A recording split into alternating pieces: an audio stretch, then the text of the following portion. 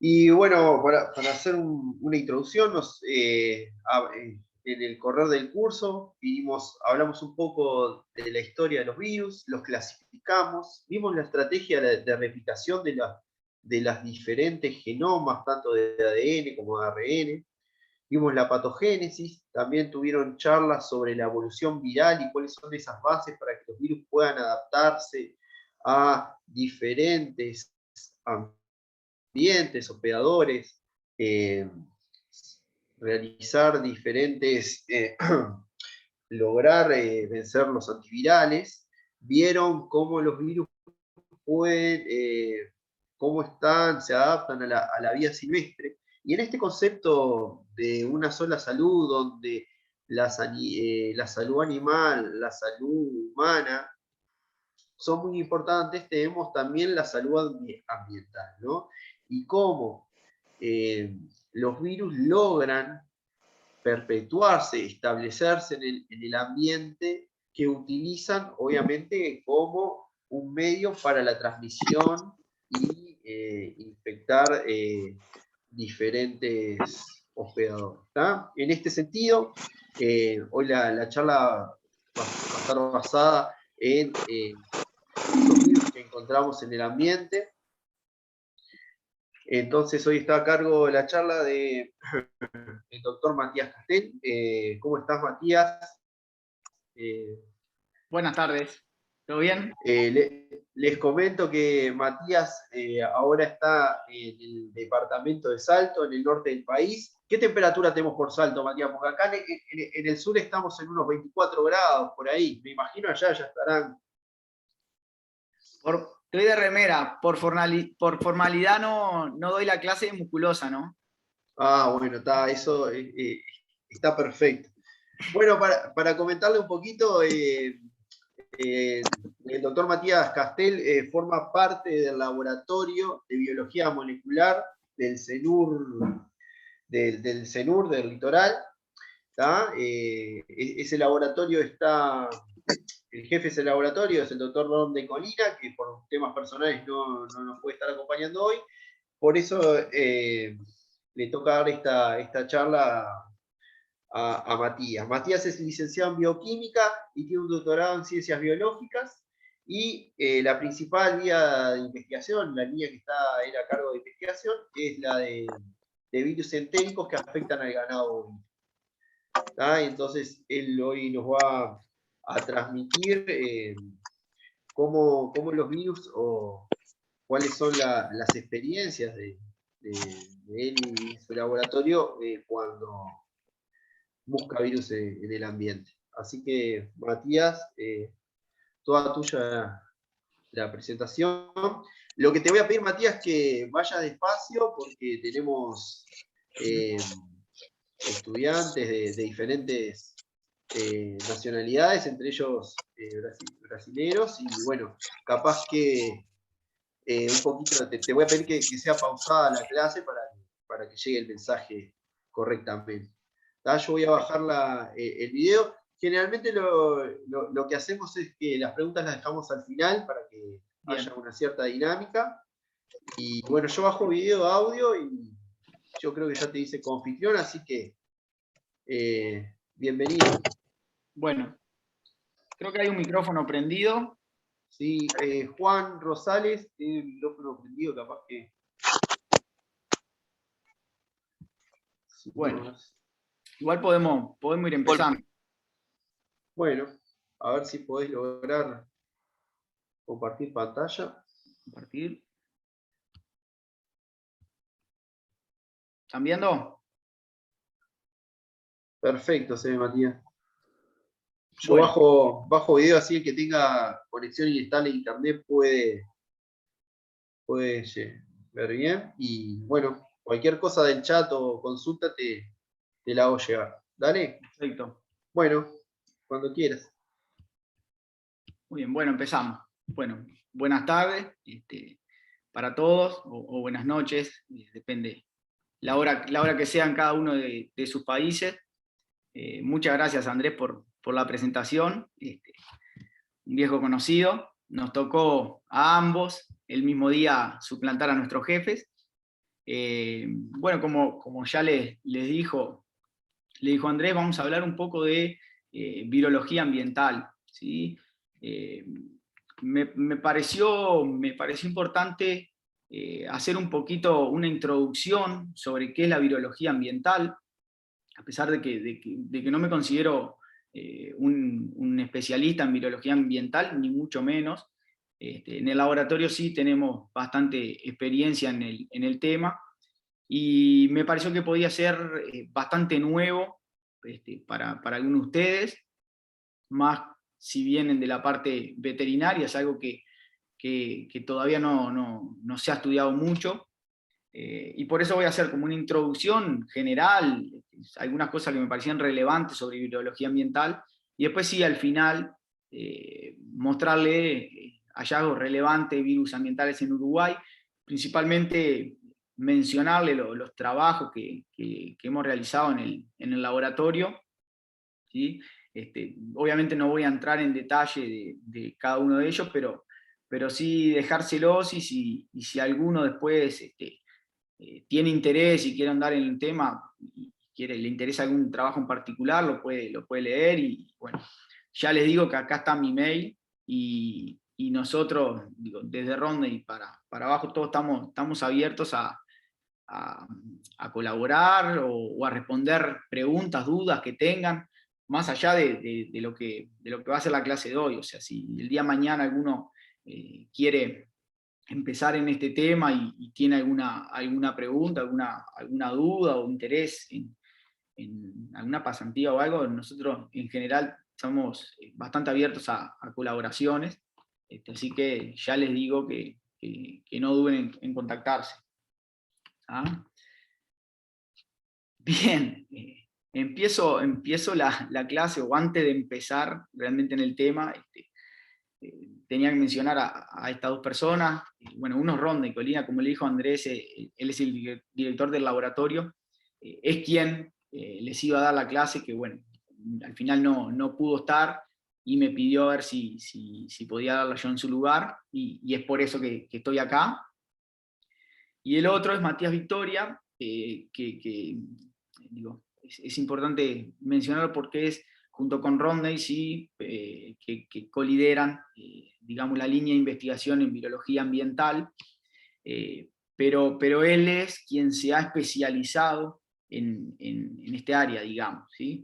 Él ha hecho tanto su maestría, doctorado y postdoctorado en lo que es la virología ambiental, y tiene, bueno, una experiencia amplia en el tema, con no solo desarrollo de proyectos y publicaciones, sino también formación de recursos humanos, ¿sí? Y es el responsable de las diapositivas que les voy a mostrar, ¿sí? Que gentilmente me las cedió para que el trabajo de armar la clase no sea tan pesado para mí.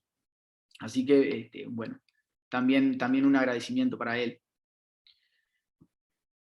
Y bueno, si bien la idea era que las preguntas capaz que queden al final, me gustaría, obviamente sin distorsionar mucho lo que ha sido el curso hasta ahora, que si tienen alguna pregunta puntual, alguna duda, a mí no me molesta que me interrumpan.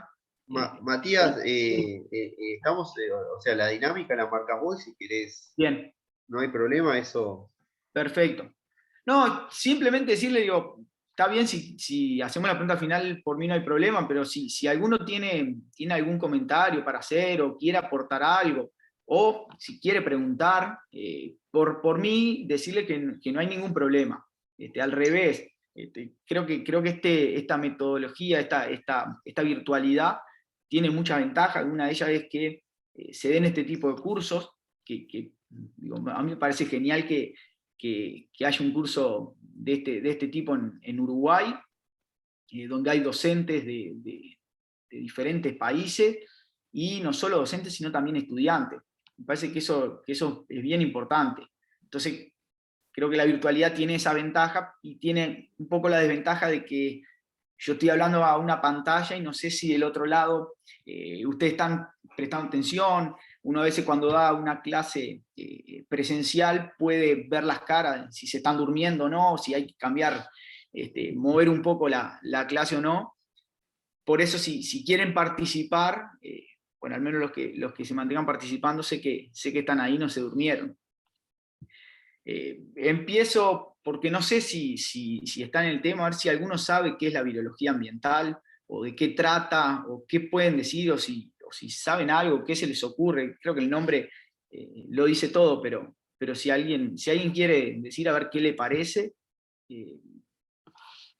que prenda el micrófono nomás y lo diga, si no, yo lo respondo, no hay problema. ¿Alguien se anima? Yo te iba a hacer el chiste de que la pregunta que te iba a hacer es qué era la virología ambiental, pero me imagino que pueden llegar a ser los virus con los que vivimos a diario en el ambiente, por ejemplo. Bien, sí. ¿Alguien más? Quizá cómo están interactuando a nivel ecológico, no solamente, no sé, entre especies, quizá puede ser eso. ¿Quién más? Yo pensaría, Matías, que de pronto acaban pensando en muestras más poblacionales que en muestras individuales. Por ejemplo, muestras de aire, muestras de suelo, muestras de agua, muestras de un entorno específico acaba abarcando los virus que están en varios individuos a nivel de población y menos individuos como uno está acostumbrado con la virología particular. Bien. ¿Alguien más?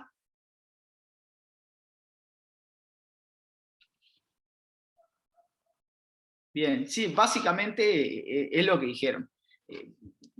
En líneas generales podemos definir, no es que sea una rama que esté establecida, sino que cuando hablamos de virología ambiental, en general lo que estamos hablando es de el estudio de virus en el ambiente. Y el ambiente, obviamente, es todo lo referido a lo que no es el hospedero del virus, digamos. ¿Sí? Como mencionaron, puede ser en el agua, en el aire, en superficies, en la tierra, ¿sí? Lo que se les ocurra, incluso hasta en los alimentos, ¿sí? Podríamos considerarlo parte de la virología ambiental, ¿sí? o virología ambiental y alimenticia.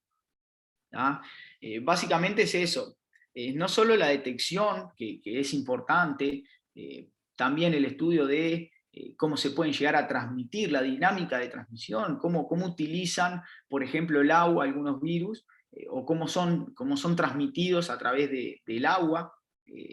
Obviamente, hoy en día eso se ha digamos, combatido bastante bien con el tema de la potabilización del agua, pero antes era un problema muy grande, se generaban brotes importantes de diferentes enfermedades por consumir agua no potable. Incluso sigue pasando hoy en día en los países donde el acceso al agua potable no es correcta. ¿Sí? Pero entonces en líneas generales es eso, es el estudio de virus en el ambiente. Bien. Nosotros en el laboratorio, y por eso la clase está un poco sesgada a eso, pero quería hacerles mención primero de que no es solo estudio de virus en el agua, sino virus en el ambiente general, y otro tipo de virus puede ser virus, por ejemplo, transmisión aérea. Nosotros en el laboratorio trabajamos principalmente con virus entéricos, ¿sí? Y con matrices acuáticas, digamos, o sea, el estudio de virus entéricos en el agua. Por eso la clase está un poco sesgada en este sentido. Bueno, como tienen ahí el ser humano, obviamente está expuesto a múltiples vías de infección. Una de ellas puede ser, por ejemplo, la fecal oral, que es la principal cuando hablamos de virus entéricos. Comienza obviamente con la excreción humana, ¿sí? A través de la materia fecal. En las ciudades donde hay acceso al saneamiento, ¿sí? Que hoy en día en la mayoría de las ciudades y localidades el saneamiento está presente, pero hay que tener en cuenta que no en todos lados, incluso en nuestro país, en zonas suburbanas o rurales, no hay saneamiento. ¿Sí? Bueno, Eso en general suele llegar a aguas hervidas, ¿sí? Que pueden ser en saneamiento o no, y también luego llegar a otras matrices, como pueden ser aguas marinas, ríos y lagos, agua subterránea, ¿sí? O agua que puede ser utilizada para irrigación, ¿sí? Eso puede llegar a alimentos, ¿sí? Como pueden ser los bivalvos, puede ser agua que se utilice para recreación, agua para consumo, ¿sí? Obviamente muchas veces el agua de consumo, como les decía, es potabilizada previamente, pero en algunos lugares no. Y bueno, a los vegetales a través de la irrigación o a través de aerosoles, y llegar nuevamente al ser humano. Bien, estos son algunos de los virus entéricos que se han encontrado en el agua. Este es un estudio del 2008, una revisión. Se han encontrado muchos más virus entéricos. De hecho, nosotros en el laboratorio, más allá de los que están marcados acá, hemos estudiado Aikivirus, por ejemplo, o Bocavirus, ¿sí? O sea que hay una cantidad de virus entéricos que se detectan en el agua y que se ha visto que pueden ser transmitidos además a través del agua. Algunas particularidades que tienen los virus, que si voy muy rápido me avisan, ¿tá? Yo estoy tratando de hablar pausado, pero capaz que por momentos empiezo a ir muy rápido, me avisan, alguno prende el micrófono y dice más despacio y bajamos la velocidad. Bien, los virus pueden ser o son eliminados en la materia fecal, muchas veces con un título muy alto, incluso llegando hasta 10 a las 13 partículas virales por gramo, ¿sí? Estamos hablando que acá tenemos una foto de caños colectores que están eliminando agua residual. Esto es por gramo, imagínense por día, imagínense en ciudades como las que viven, no sé, yo estoy en Salto que hay 120.000 personas, obviamente no todos están infectados, pero obviamente que se eliminan en un título muy alto. Algo que es importante, ¿sí? No todos los virus, pero algunos de ellos pueden persistir largos periodos de tiempo en el ambiente, incluso hasta meses, y mantenerse, además de detectarse, mantenerse viables, ¿sí? Y el tratamiento de aguas hervidas convencional puede llegar a ser ineficiente para la eliminación completa de algunos virus en el efluente, ¿no? Y algo que es bien importante, y los vamos a ver sobre el final, es que también a través del monitoreo del virus en el ambiente se puede determinar los riesgos de infección de una población local, por ejemplo. Algo que mencionaron al principio, eso de estudiar una muestra y tener cierta representatividad, no de una persona, sino de lo que está pasando en esa población. Bien, la detección de virus en muestras ambientales, vamos a ver que es bastante distinta y por eso quise hacer esta introducción. Es diferente entre lo que son las muestras clínicas y las muestras ambientales. Particularmente las muestras ambientales presentan algunos desafíos, como por ejemplo la gran diversidad de tipos y complejidad de muestras que se pueden analizar, la presencia de inhibidores, y lo vamos a ver más adelante, pero piensen que la cantidad de compuestos, componentes que pueden llegar a ser inhibidores en el ambiente, ya sea químicos, en fin, lo que sea, puede ser enorme en una muestra ambiental, una muestra tomada de agua en un río, a diferencia de lo que puede llegar a pasar en un organismo. Por ejemplo, pueden ser los seres humanos, donde uno más o menos conoce cuáles son los posibles inhibidores que puede llegar a tener cada tipo de muestra. Bueno, la distribución heterogénea que tienen los virus en el ambiente, y algo que es bien importante es que en general en el ambiente se suelen diluir muchísimo y encontrarse en baja concentración, ¿sí? Esto obviamente la excepción son las aguas residuales. Este es más o menos el flujograma de cómo se trabaja en virología ambiental. Obviamente, como todo, puede tener algunas modificaciones, no es que siempre es así, pero en líneas generales tenemos, digamos, el muestreo, que es bien importante determinar bien el muestreo cuando hablamos de virología ambiental. Y luego la detección. Para la detección siempre, o en líneas generales, hay un paso que es fundamental, que es la concentración de los virus. Por esto que decíamos que los virus se encuentran en baja concentración en el ambiente. Entonces hay que tratar de concentrarlos para después poder detectarlos. Y vamos a ver que los volúmenes de colecta de las muestras de ambiente pueden ser muy grandes, que cuando uno los lleva al laboratorio a volúmenes mucho más pequeños, no solo esa heterogeneidad de los virus en el ambiente, sino también ese volumen grande de muestra y baja concentración de virus puede complicar de alguna forma la detección, que puede ser a través de cultivo celular, métodos moleculares, o también pueden ser métodos inmunológicos, o muchas veces puede ser combinación de estos. Por ejemplo, cultivo celular seguido de una detección molecular, por ejemplo. ¿Ah? No voy a entrar en detalle sobre los métodos moleculares y cada uno de estos pasos, porque doy por sentado de que quizás ustedes lo conocen, para no perder tiempo en eso. No voy a entrar en detalle, pero si después al final alguno tiene alguna pregunta, con gusto se la respondo. Bien, estos son, digamos, los pasos básicos que tenemos que seguir en lo que es la virología ambiental. Como les decía, el muestreo, y puede ser bien variable, ahora vamos a ver bien, pero podemos muestrear desde 40 mililitros hasta incluso 1000 litros. Fíjense lo que puede llegar a ser trabajar con muestras de ambiente.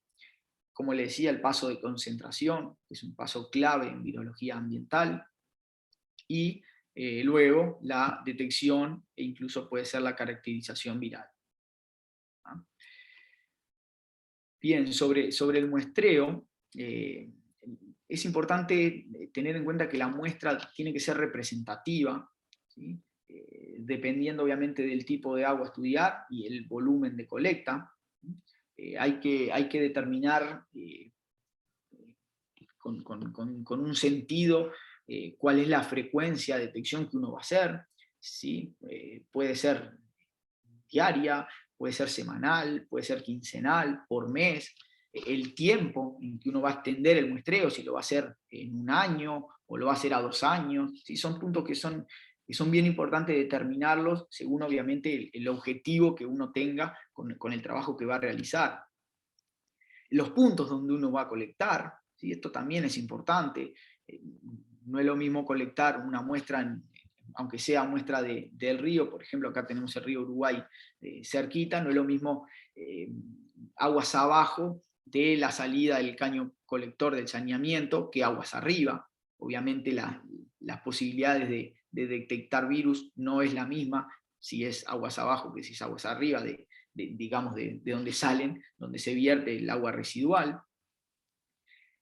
Bueno, si va a ser agua superficial o no, y el volumen de colecta, que va a depender un poco de la matriz. Por ejemplo, para aguas subterráneas o potables, es necesario colectar o utilizar un volumen de muestreo mucho más grande, porque esperamos que la concentración de virus en este tipo de agua sea más bajo, ¿sí? En lo que son aguas de río o aguas recreacionales, podemos estar hablando entre de 2 litros a 10 litros, 1 litro, ¿sí? Esto, digo, depende un poco de cada estudio, obviamente, y obviamente, como le decíamos, en aguas residuales es el tipo de matriz acuática donde los virus esperamos que estén más concentrados y podemos incluso colectar desde 42 mililitros hasta 1 litro, obviamente dependiendo si es afluente o fluente de alguna planta de tratamiento, por ejemplo. Bien, algunas cosas importantes sobre el muestreo, ¿sí? que no son menores, que hay que tenerlas en cuenta, es que la condición de la colecta no puede alterar la muestra, obviamente. El almacenamiento de la muestra no puede, si vamos a hacer estudio de viabilidad de los virus que se pueden llegar a detectar, no puede entonces el almacenamiento que hagamos afectar la viabilidad del virus. ¿Ah? Acá tienen diferentes tipos de muestra. Ven que los recipientes donde se muestran varían mucho de lo que es el tamaño, ¿sí? No es lo mismo aguas residuales que aguas superficiales, por ejemplo. Obviamente, como ven acá, todo además, el muestreo tiene una logística importante, porque imagínense si ustedes seleccionan varios puntos, ¿sí? y muy seguido, y tienen que estar, digamos, cargando de a 10 litros o 20 litros bidones muy grandes, todo eso tiene un transporte que obviamente eso conlleva una logística importante. En realidad en esta diapositiva realmente no sé qué es lo que les cuenta Matías Victoria en las clases, pero yo cuando la vi, lo primero que pensé fue, bueno, la diversidad de muestreo, ¿sí? Ven que incluso hasta pueden salir en lo que son lanchas, ¿sí? O botecitos, y además, digamos, lo pintoresco que puede llegar a ser. Tiene, si bien, obviamente, como les digo, es muy laborioso y requiere mucha logística, no deja de ser algo que puede llegar a ser disfrutable, digamos. El hecho de ir a muestrear, ¿sí? En diferentes lugares, por ejemplo, no sé, puede llegar a ser un bosque, una selva, pero bueno, capaz que cuando son el muestreo de aguas residuales ese no es muy divertido, pero bueno, por eso dejamos estas fotos lindas. Bien, el siguiente paso es el de concentración. Los virus, como ustedes saben, tienen un tamaño pequeño y se encuentran en baja concentración, como decía. Entonces, lo ideal es tener la mayor cantidad de virus en un volumen mínimo, ¿sí? Para facilitar luego la detección. Para esto es necesario realizar este paso de concentración. ¿Ah? Los más métodos utilizados se pueden, digamos, dividir por, ya sea que se concentran por tamaño o densidad o por la carga iónica, ¿sí? Y dentro de cada uno de estos tienen diferentes tipos, como por ejemplo ultrafiltración, ultracentrifugación, que en ese caso concentran por tamaño o densidad, o por carga iónica tienen el método de absorción-elusión y el de floculación o precipitación. Vamos a ver muy por arriba cada uno de ellos, a ver de qué se tratan. Bien, el método ideal. ¿Cuál es el método ideal? Es muy difícil llegar a un método ideal. Uno muchas veces lo que hace es acercarse lo más posible a ese método ideal. Pero fundamentalmente tiene que ser lo más rápido posible y de fácil ejecución, pero que sea sensible. Tener la tasa de recuperación lo más alta posible, que gran variedad de virus sean retenidos, ¿sí? que esa concentración me sirva no solamente para estudiar un virus en particular, sino que me sirva para estudiar varios virus, que me permita procesar grandes volúmenes de agua, en los casos donde yo parta de un muestreo con grandes volúmenes de agua, que, como decíamos recién, el volumen final de concentrado sea lo más pequeño posible, que sea económico, que sea reproducible, obviamente. Es lo posible si vamos a hacer ensayos en cultivos celulares que no sea citotóxico para las células, que trate de evitar en lo posible también la pérdida de viabilidad viral, si vamos a hacer estudios de viabilidad viral, y que los inhibidores o los posibles inhibidores que puedan haber en cada tipo de muestras estén en la menor concentración posible. ¿Ah?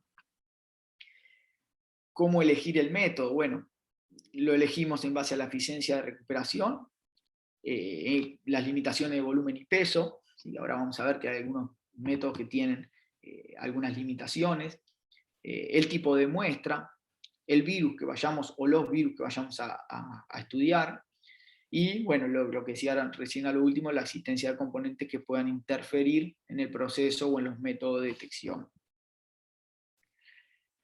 En cuanto a los métodos que se basan en el tamaño o la densidad, tenemos por ejemplo la ultrafiltración, que tiene algunas ventajas, como por ejemplo que no precisamos ajustar el pH, que nos permite concentrar una gran variedad de virus, que no tiene una etapa de ilusión, ¿sí? Y que en general tiene muy buena recuperación.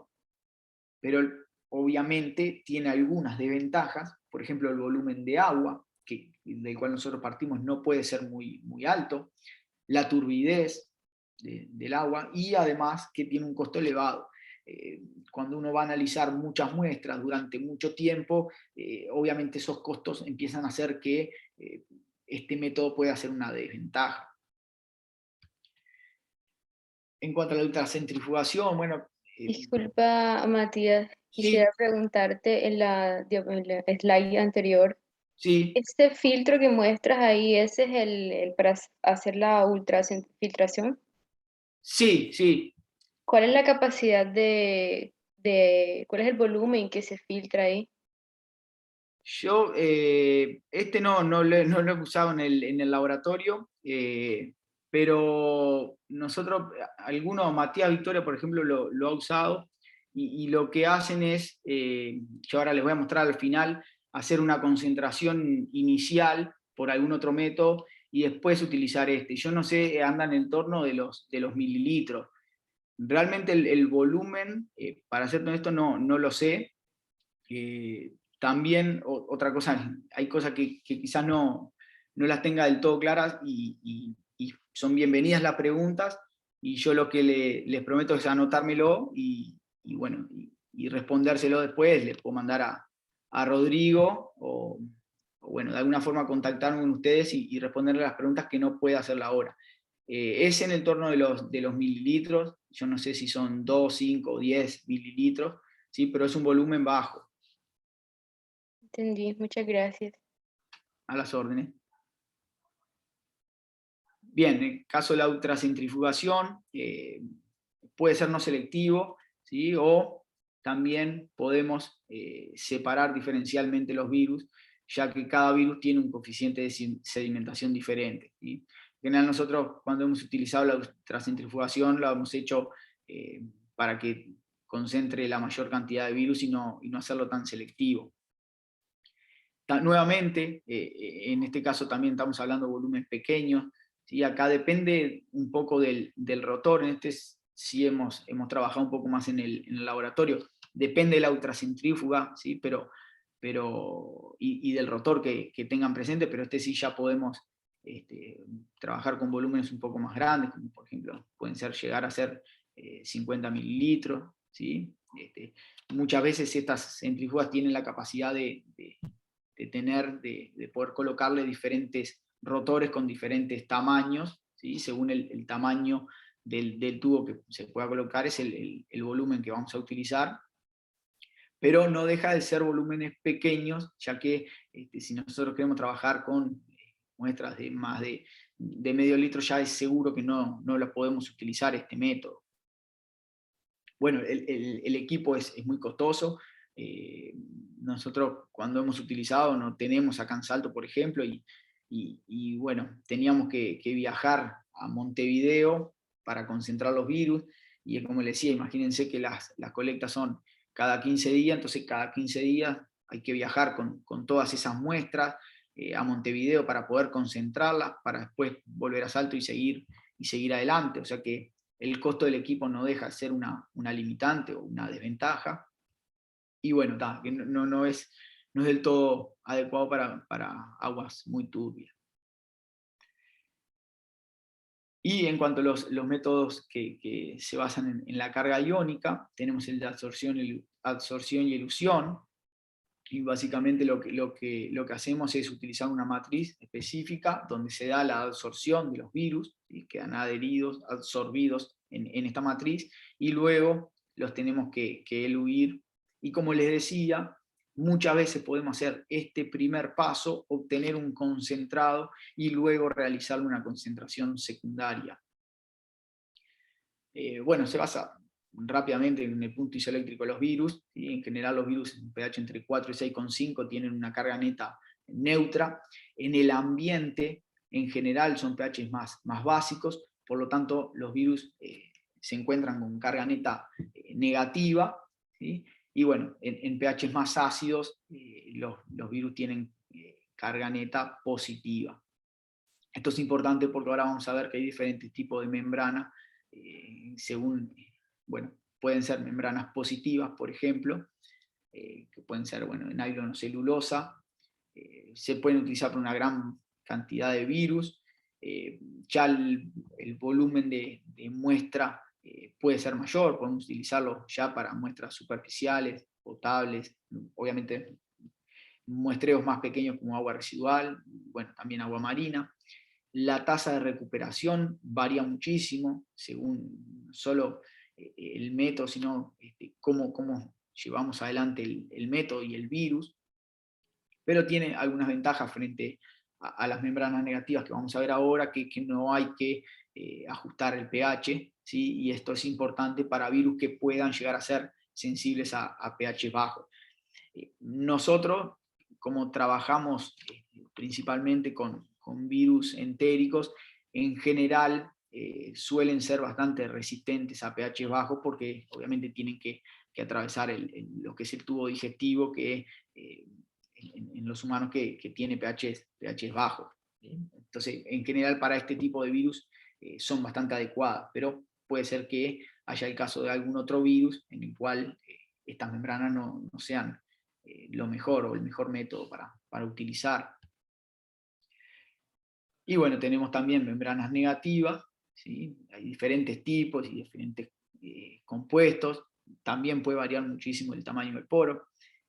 Lo que es importante que en este caso no estamos hablando de una separación, digamos, una concentración por tamaño del poro, ¿sí? Sino que es por absorción, ¿sí? Por eso cuando usamos membranas negativas necesitamos o acidificar o utilizar sales multivalentes para que los virus, digamos de alguna manera, queden con carga positiva, como vimos recién, y por un tema de carga queden absorbidos a estas membranas que son negativas. Sirve para una cantidad de muestras. Este es, de lo poco que he trabajado en virología ambiental, este es el método que más he utilizado yo, al menos.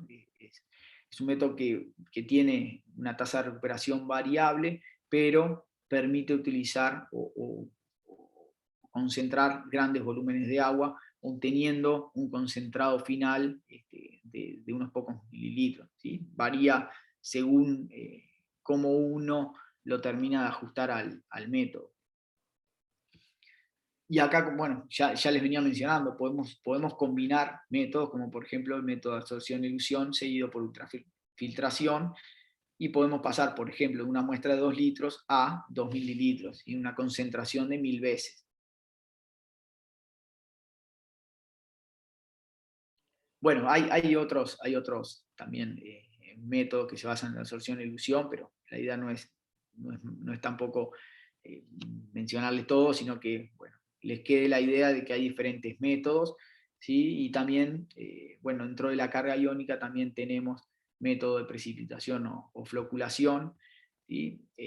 Bueno, es un método que es poco selectivo, que tiene bajo costo y que permite, digamos, concentrar muestras que provienen de volúmenes grandes y pequeños.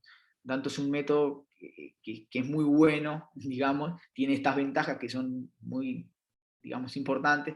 La desventaja que puede llegar a tener es que es muy laborioso. Requiere algunos tiempos que hace que tengas que tener una logística muy buena y un trabajo de algunos días donde prácticamente casi que tenés que dormir en el laboratorio porque bueno, requiere mucho trabajo y bueno, tiene algunos tiempos que hace que tengas que coordinar bien y largar a última hora y después al otro día estar a primera hora para obtener el concentrado, pero bueno, tiene estas ventajas que por eso nosotros lo utilizamos bastante también en el laboratorio. Bueno, en este caso usamos floculante, en general se puede usar leche, ¿sí? Leche en polvo. Si hay que alterar el pH para formar esos flóculos, ¿sí? Que luego sedimentan y ahí es donde tenemos el concentrado viral.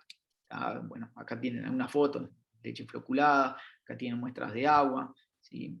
Bueno, lo que se hace es se agrega la leche a la muestra, se ajusta el pH, ¿sí? pH ácido, como ven acá, se tiene que mantener un tiempo en agitación, ¿sí? Para que esos flóculos entren en contacto con los virus, ¿sí?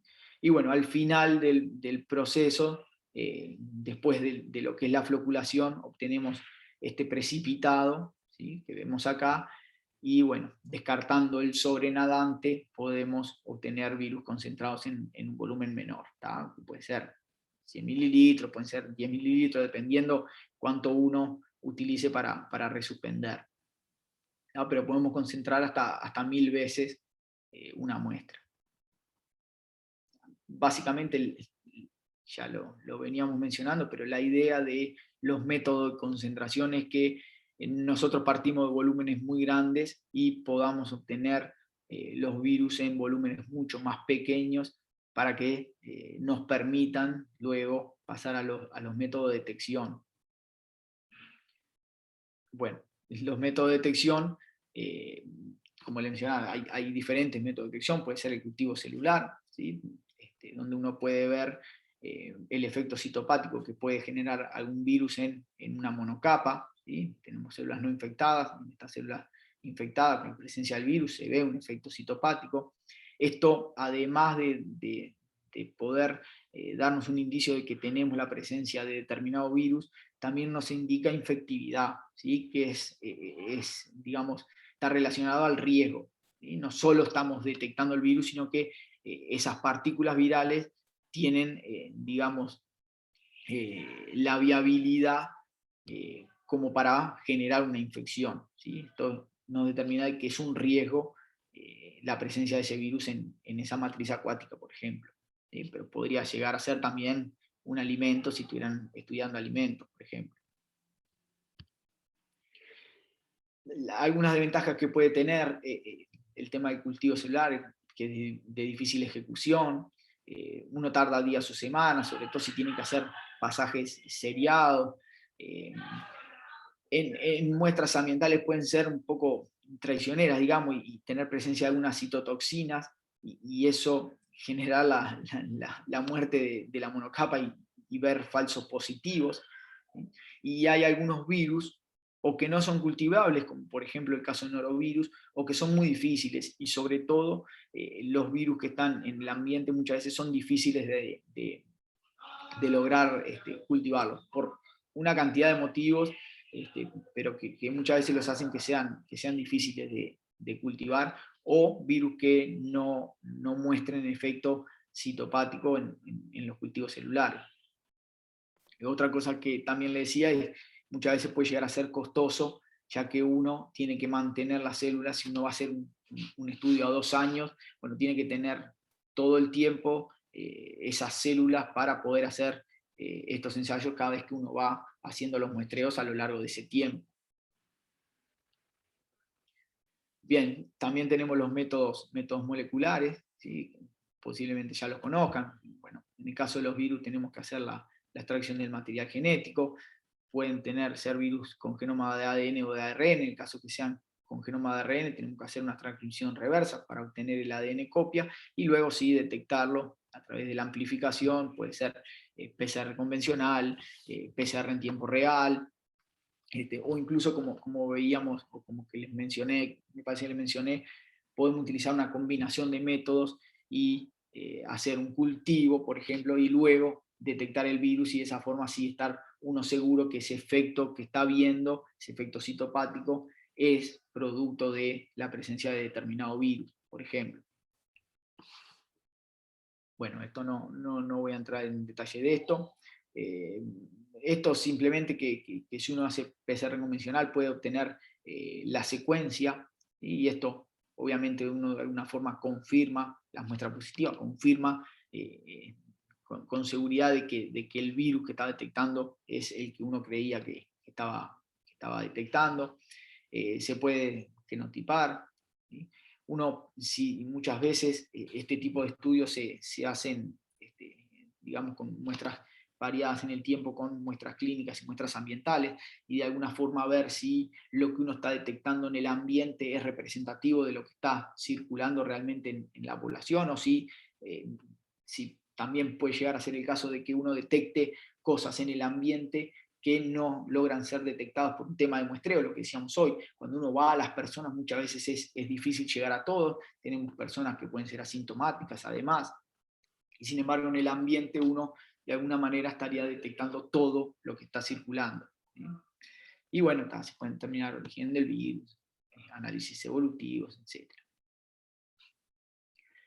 Algunos factores, bien de tiempo, algunos factores que están implicados en la persistencia de los virus, sobre todo virus entéricos en el ambiente, la temperatura, si se asocian o no con sólidos, la exposición a la luz ultravioleta, ¿sí? Bueno, la microflora, el pH, la turbidez del agua. Hay muchos factores que pueden afectar que el no virus persista en el ambiente, no solo se llegue a detectar, sino que también esos virus se mantengan viables. Y todo esto es importante. Otro tema que ha entrado un poco en lo que es la discusión últimamente es si los virus o la utilización de virus entéricos como indicadores de contaminación. En general, por lo menos en nuestro país, en Uruguay es así, y entiendo que en la mayoría de los países, al menos en Sudamérica, sigue siendo así, y salvo son pocos los países que ya están tendiendo a incluir en sus legislaciones el análisis, además de bacterias, el análisis de algunos virus, ¿sí? Pero en general los indicadores microbiológicos clásicos son coliformes fecales, E. coli, enterococi, que esto de alguna forma se utilizan para evaluar los niveles de contaminación fecal, ¿sí? Y determinar la remoción de los patógenos en proceso de purificación de agua, o sea, de potabilización. Y los análisis que se hacen para ver si el agua es potable o no es, bueno, si tiene presencia o no presencia de alguna de estas bacterias. Y hay una controversia que digo, cada vez la evidencia marca sobre si los indicadores bacterianos son buenos determinantes o no de la presencia y la concentración de virus humanos. Por ejemplo, los indicadores bacterianos son más sensibles a la inactivación por proceso de tratamiento y por luz solar que patógenos virales, sobre todo los virus, muchos virus que son virus desnudos, que son muy resistentes a algunos tratamientos y a la luz solar, por ejemplo, y que persisten mucho más en el ambiente. Bueno, estos indicadores no son exclusivos de una fuente fecal, tienen cierta habilidad de multiplicarse en determinados ambientes, que los virus cuando están en el ambiente no se pueden multiplicar, en ese sentido son hospederos obligatorios, los virus no se pueden multiplicar, si bien se pueden encontrar en el ambiente, no se multiplican. Bueno, la incapacidad de identificar cuál es la fuente de contaminación, y que se ha visto que hay baja correlación con la presencia de patógenos, es decir, la presencia de bacterias no siempre es indicadora de presencia de virus, ni viceversa. ¿Sí? Muchas veces uno detecta virus y no detecta bacterias, o detecta bacterias y no detecta virus. Por lo tanto, los indicadores virales deberían ser considerados. ¿Sí? Hay legislaciones donde ya están incluidos, nosotros he trabajado con un holandés donde bueno, está bien en el tema, y bueno, en Holanda por lo menos ya está en la legislación el estudio, además de indicadores bacterianos, indicadores virales, para determinar si un agua es potable o no.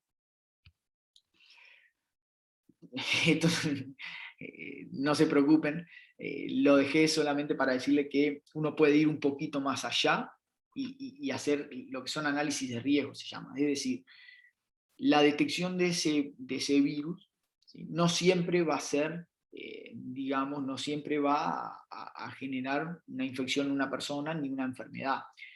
Para esto hay una cantidad de matemática atrás y de probabilidades, donde uno, a partir de la detección de un virus o no, y de la carga también en la cual, o la concentración en la cual encuentra ese virus, uno puede determinar cuál es el riesgo que tiene esa detección, ¿sí? La probabilidad de infección por día, por ejemplo, por una persona. Lo puede hacer por año también. ¿Sí? Incluso uno puede ir más allá y puede determinar cuál es la probabilidad de que una persona, por ingerir agua, ya sea directamente, si es agua que uno cree que es potable, o en el caso también de agua, cuando uno está, digamos, lo que dice acá consumo recreacional, no es que uno consuma queriendo, pero muchas veces uno se está bañando en agua y traga un poco de agua, entonces todo eso, hay una cantidad de factores que se tienen que incluir, por eso son ecuaciones que son bastante complejas, incluso dentro de cada uno de estos parámetros tienen a su vez una ecuación por dentro donde uno tiene que determinar ciertos parámetros, como por ejemplo la exposición diaria, si uno se baña todos los días o no, o solo en verano, por ejemplo, la concentración media de virus, la eficiencia del método que uno utilizó para concentrar los virus, la fracción de virus viables que uno tiene en esa muestra, ¿sí? Porque, por ejemplo, si nosotros estudiamos virus y lo detectamos por biología molecular, por PCR, sabemos que no todos los genomas que nosotros estamos detectando provienen de partículas de virus, digamos, viables, ¿sí? Bueno, la eficiencia de remoción, en el caso que haya tratamientos de agua, el volumen de consumo, como le decía, y después, acá tienen un R, que es parámetros de dosis y respuesta. Muchas veces uno lo que tiene que hacer, como son probabilidades, es ajustar dentro de cada parámetro ciertas distribuciones. Una de las más utilizadas, la distribución de Poisson, que, bueno, digo, no siempre uno cuando ingiere un virus se va a infectar o se va a enfermar. ¿Sí? Sabemos que hay personas que se pueden infectar y otras que no, dependiendo de todos estos factores que les decía. Pero que quería mencionarles y que les quede claro de que uno puede, además de detectar un virus o no, y de caracterizarlo genéticamente, ¿sí? Uno puede determinar realmente cuál es el riesgo que tiene esa detección en la salud de las personas. Esto me parece que es bien importante. Bueno, solamente como final sobre vía de contaminación de alimentos, los bivalvos son una fuente de contaminación, una fuente de brotes bastante importante, ¿sí? Sobre todo cuando se cultivan en aguas que están contaminadas, ¿sí? Tienen la capacidad de, digamos, son como filtros, ¿sí? Lo que hacen es absorben agua, ¿sí?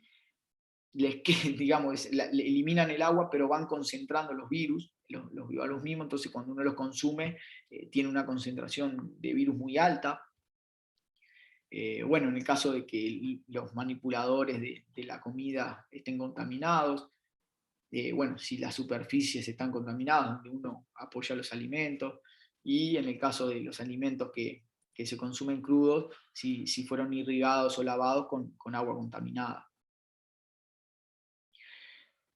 Sobre virus en el aire, nada, digo, es algo que no es nuevo, este trabajo del 2015, hace tiempo que se estudian virus, si bien la virología ambiental en sí no tiene muchísimos años, comenzó hace unos 50 años, pero el auge, digamos, ha sido en los últimos 10, 20 años, y se han estudiado virus también en el aire, y se ha visto que tienen transmisión aérea, por lo tanto es importante determinar la presencia o no de virus en el aire y qué riesgo puede llegar a tener eso en la salud de las personas. Eso tienen una revisión que no sé si ya se la mandaron, pero no voy a entrar en detalle en esto porque tienen la revisión para leerla después de esta clase.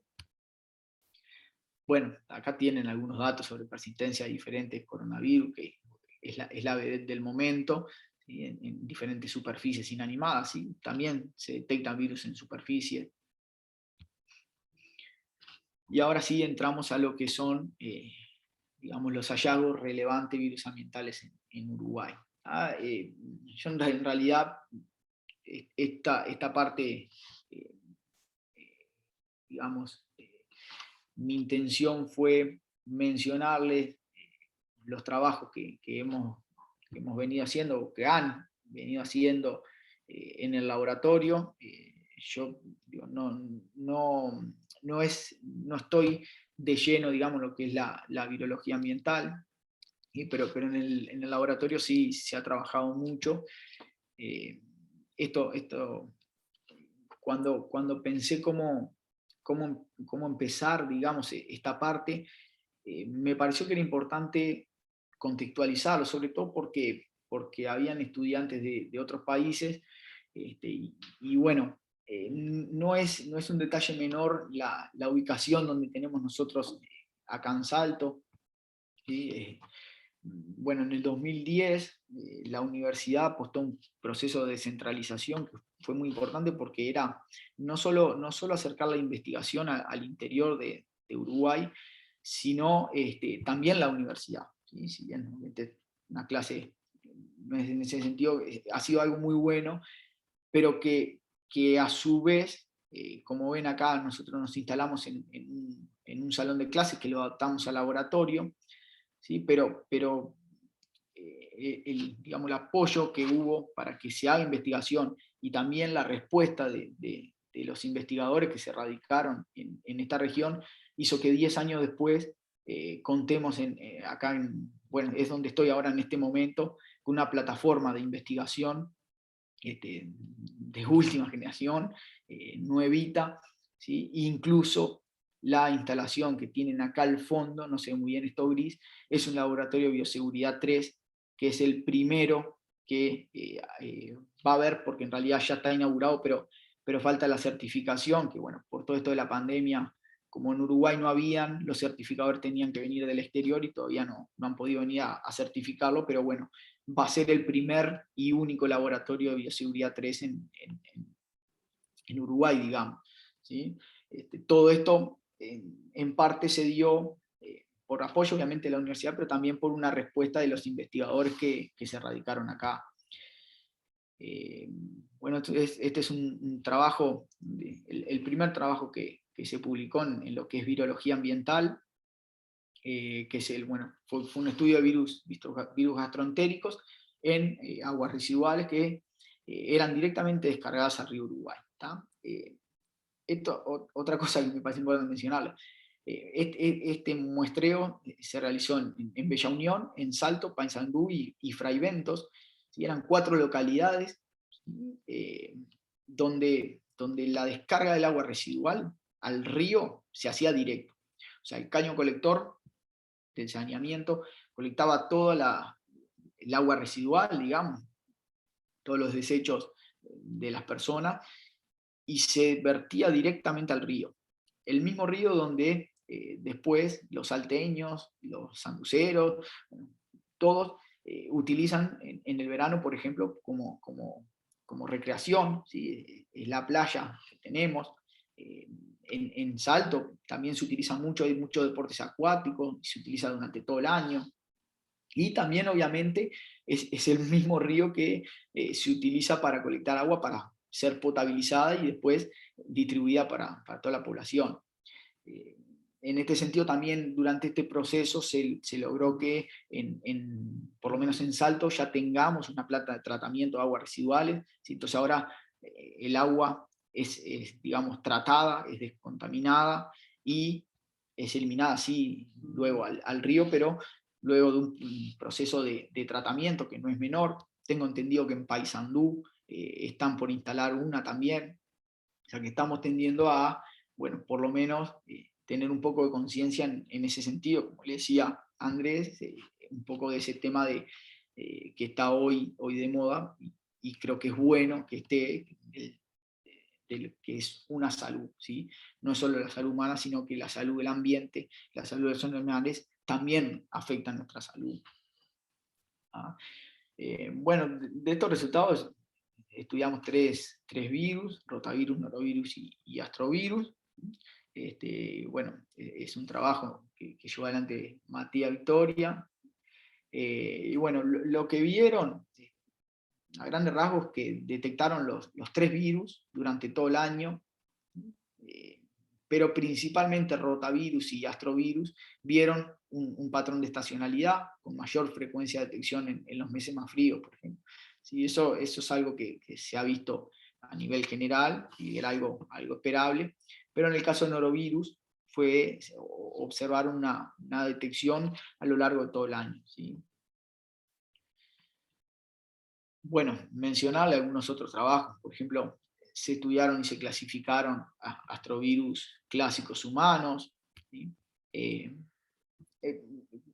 Algo que estos trabajos no todos son del mismo muestreo, por ejemplo este otro, donde detectaron, un trabajo de André Lisa-Swain, también de nuestro laboratorio, detectaron un astrovirus MLB1, que si bien se puede excretar en materia fecal, se ha visto asociado muchas veces a algunas enfermedades neurológicas. ¿Sí? Bueno, en este caso se detectó en planta de tratamiento, a la entrada de las plantas de tratamiento, o sea, agua residual de 33 y melo, no recuerdo exactamente si en las dos o en una de las dos, pero esto ya es en el este del país, ¿sí? No es en el litoral norte como el muestreo anterior. Bueno, se logró clasificar también los rotavirus que se detectaron, viendo que había detección de genotipos comunes, emergentes y no comunes, tanto BP4 como BP7. ¿Sí?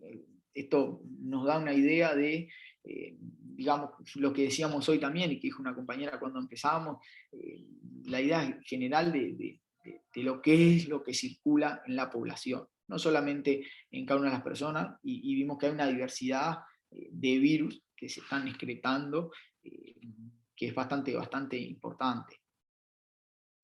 Este trabajo me parece que estuvo muy interesante también, y tiene que ver con lo veterinario.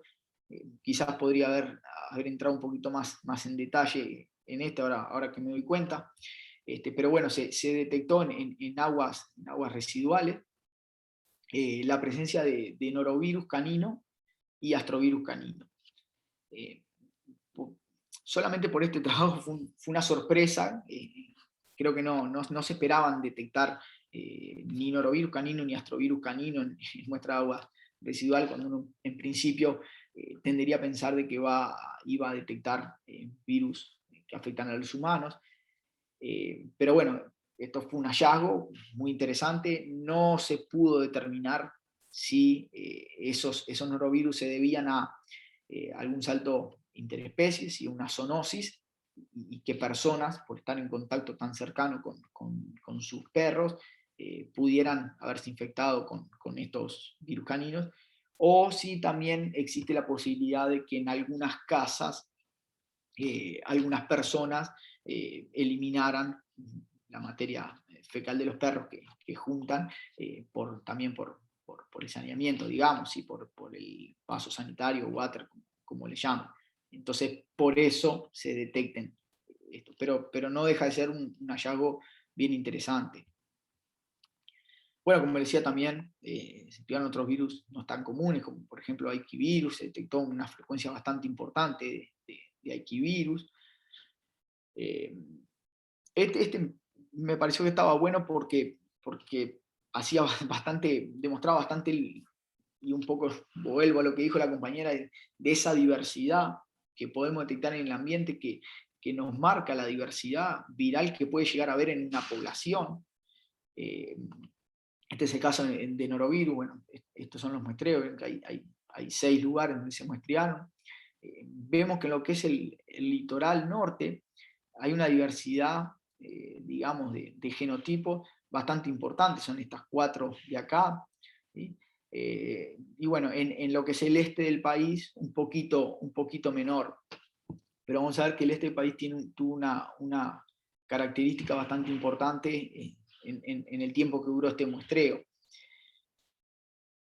Norovirus, y capaz que, digo, si no están tan interiorizados en lo que son los norovirus, vieron que influenza, por lo menos en Uruguay, supongo que en la mayoría de los países es igual, todos los años antes del invierno hay una campaña de vacunación, a pesar de que el año anterior se hizo otro y el año anterior otro, y probablemente el año que viene va a haber otra. ¿Sí? Esto porque se ha visto que influenza tiene un reemplazo de variantes año a año. Por eso hay que ir actualizando la vacuna. Bueno, en el caso de norovirus pasa algo similar, lo único que no es todos los años, posiblemente sea porque no está la presión de vacuna, porque no hay vacuna contra este virus hasta el momento, pero cada 2-3 años se ve que hay un reemplazo de variante mayoritaria dentro de lo que es el genotipo predominante, que es G24. Bueno, lo que vimos que en el primer semestre del 2012 se detectó, tanto en el este como en el oeste, dentro de G24, estamos acá, dentro de G24 se detectó la variante New Orleans 2009, esta la variante que estaba circulando a nivel mundial. En el 2012 se detecta por primera vez una nueva variante que reemplaza la anterior, ¿sí? Que se denominó Sydney 2012, y como podemos ver, en el 2012, en el segundo semestre, bueno, acá en el noroeste no se detectó ningún G24, pero en el este se vio claramente que hubo un reemplazo de la variante y se reemplazó completamente la New Orleans 2009 por la Sydney 2012. Esto es bien interesante porque nos muestra cómo el estudio de virus en el ambiente nos puede servir como vigilancia, incluso hasta de aparición o reemplazo de variantes que circulan en otros lugares. Incluso, digo, no lo hicimos en un trabajo, pero podríamos incluso hasta plantear la hipótesis de que probablemente esta nueva variante haya entrado desde Brasil, ¿sí? Por la cercanía de tanto el muestreo en Melo como en 33 de Brasil, y no en las otras 4 ciudades, en los otros 4 puntos de muestreo que, bueno, digamos, son frontera con Argentina. Estos son, bueno, siguiendo mencionándole nomás algunos trabajos, también por un tema de tiempo. Este es un trabajo también bastante interesante, donde se estudiaron virus entéricos en dos plantas de tratamiento, era en efluente, en efluente, y bueno, lo que se hizo fue evaluar digamos, el método de tratamiento y cuál era la eficacia, digamos, o la performance en la eliminación de virus. Como les decía, uno en las plantas tanto de tratamiento de aguas residuales como potabilizadoras, nuestra legislación solamente tiene en cuenta indicadores bacterianos. Bueno, este trabajo demostró que este proceso de tratamiento, digamos, tiene diferente efectividad o performance con virus con diferentes características. ¿Sí? Se incluyeron diferentes virus, yo digo, ahora de memoria no lo recuerdo, pero virus con genoma de ADN, de ARN, desnudos, envueltos, ¿sí? Y bueno, lo que se vio es que el tratamiento tiene diferente efectividad según las características que tiene cada virus. Bueno, este trabajo también bien interesante, se estudió la contaminación evidenciada, digamos, por marcadores virológicos, ¿sí? Y también se estudiaron marcadores moleculares o orgánicos en la Antártida. Esto es bien interesante porque la Antártida es uno de esas regiones en el mundo donde el impacto de la contaminación humana, digamos, uno tiende a pensar que es menor, pero bueno, esto de alguna forma evidenció que estamos sí, impactando, obviamente en mucho menor medida lo que puede ser una ciudad, pero bueno, se detectaron virus en aguas residuales, en lo que es la base uruguaya de la Antártida, que también, bueno, Fernando López tuvo la suerte de, además obviamente un proyecto fue muy interesante, por él mismo y para poder hacer el muestreo, lo que le decía de eso de pintoresco del muestreo de aguas residuales, bueno, se hizo un viajecito a la Antártida para colectar estas muestras. Bueno, también se estudió y se detectó bocavirus, y se caracterizó molecularmente, tanto en aguas residuales como también trabajamos en aguas superficiales del río Uruguay. Bueno, el estudio también de enterovirus en aguas superficiales y residuales de Uruguay. Bueno, también se describió un bocavirus humano, una cepa recombinante detectada en el ambiente, ¿sí? Tengo entendido que fue la primera detección de un bocavirus recombinante en todo lo que es las Américas. Lo que les decía también, los virus se están utilizando mucho como indicadores, como rastreadores para identificar la fuente de contaminación, ¿sí? Hay algunos virus que pueden tener transmisión interespecie y esos obviamente no son adecuados, pero hay algunos virus que son especie específicos, entonces uno sabe que si los detecta, bueno, eso es indicador de que hay contaminación fecal humana, ¿sí? Hay otros que son específicos de los bovinos, específicos de los ovinos, porcinos. Entonces, este fue un proyecto que bueno, se buscó, digamos, hacer el seguimiento de la fuente de contaminación en dos ríos, que son el río Santa Lucía y el río Uruguay, que son dos ríos que son utilizados para, digamos, tomar agua, para potabilizarla, para luego distribuirla en la población.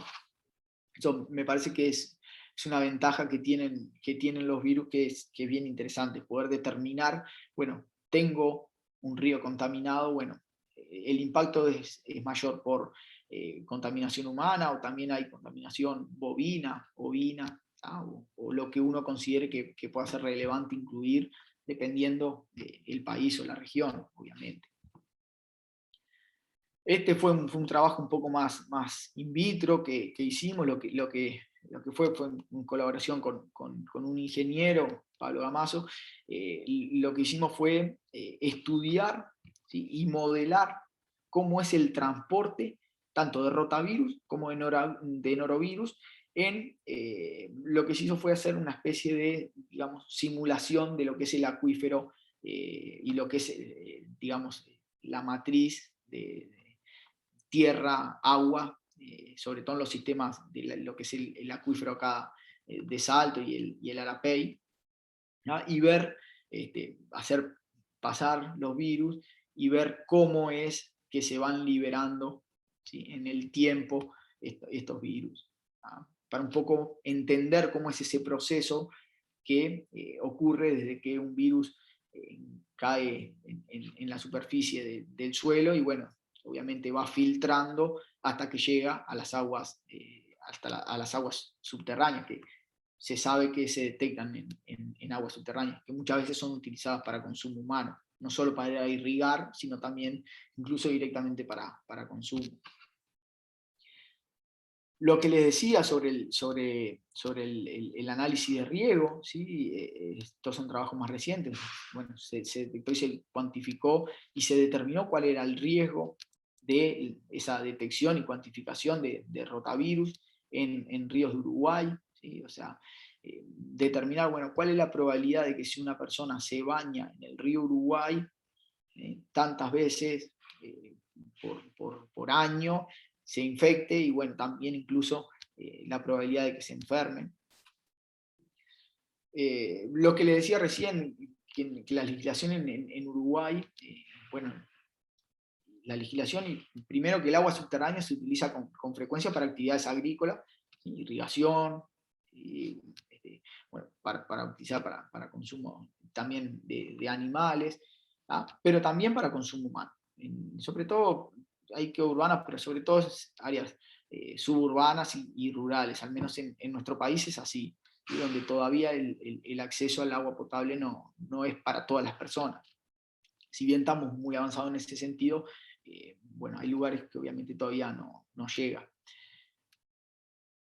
Lo que se hace es, digamos, normalmente es estudiar la calidad microbiológica. Se puede mandar a analizar el agua de los pozos y ver si es apta para consumo o no, pero como le decía, se evalúa únicamente con estándares bacteriológicos, ¿sí? Los análisis virológicos no suelen incluirse. Entonces, con este trabajo un poco lo que queríamos entender es si, bueno, si esas bacterias, si esa contaminación bacteriana sirve como indicador de contaminación viral o no. Lo centramos obviamente en el acuífero acá de Salto. Bueno, también hicimos un estudio de todo más lo que es la composición química, y bueno, en primer lugar, la presencia de rotavirus no la pudimos asociar con cambios en la composición química de agua del acuífero. No hicimos estudios de viabilidad, ¿sí? Si bien quizás la presencia no está afectada por la composición química, quizás la viabilidad puede llegar a estarlo, si no lo hicimos en el trabajo. Este es un resultado que digo, está acorde a lo que se ha visto en el mundo, pero lo confirmamos en nuestro país, que los indicadores bacteriológicos no fueron o no son adecuados para predecir la presencia de virus en muestras individuales de agua subterránea, ¿sí? A nivel de pozo. Es decir, en un pozo individual, la presencia o ausencia de indicadores bacteriológicos no me sirve para predecir si en ese pozo tenemos presencia o ausencia de virus. Obviamente con análisis matemático, escapan un poco a mí. Lo que sí se pudo ver es que a nivel acuífero, ¿sí? Analizándolo, teniendo en cuenta no solo el espacio, sino también el tiempo,